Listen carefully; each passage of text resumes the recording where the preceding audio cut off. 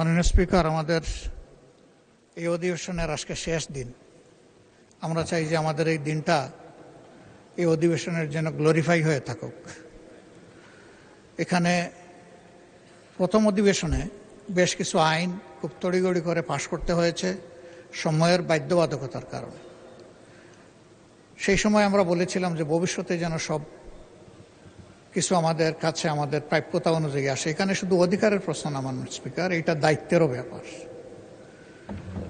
আমরা অধিকার না হয় স্যাক্রিফাইস করলাম, কিন্তু দায়িত্বে আমাদের অবহেলা হয়ে গেল। হতে পারে, মানুষ তো আমরা, ওনারা ওনাদের দিক থেকে সব কিছু বিচার বিবেচনা করে যাচাই বাছাই করে বিলটা এনেছে। তারপরে এখানে এসেছে কেন?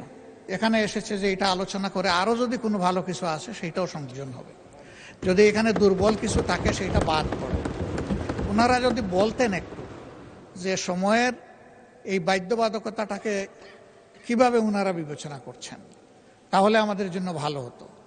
না হলে দেখেন, একটা বিষয়কে তাড়াহুড়া করে অ্যাকোমোডেট করতে গিয়ে অনেক অধিকার এবং দায়িত্ব লঙ্ঘিত হচ্ছে, এবং এইটা এই সংসদের জন্য ভালো কোনো প্রেসিডেন্স হবে না মাননীয় স্পিকার।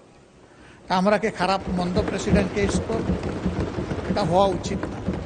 আমি আপনার সদয় বিবেচনার জন্য অনুরোধ করছি, হয় বিষয়টা ভালো করে ক্লিয়ার করা হোক, আমরা স্যাটিসফাইড হই যে এটা এখনই পাশ করতে হবে, দেখার কোনো সময় নাই, আমাদের মত দেওয়ার বা স্টাডি করার কোনো সুযোগ নাই, একেবারে এই বিশ্বাসের উপর ছেড়ে দিতে হবে।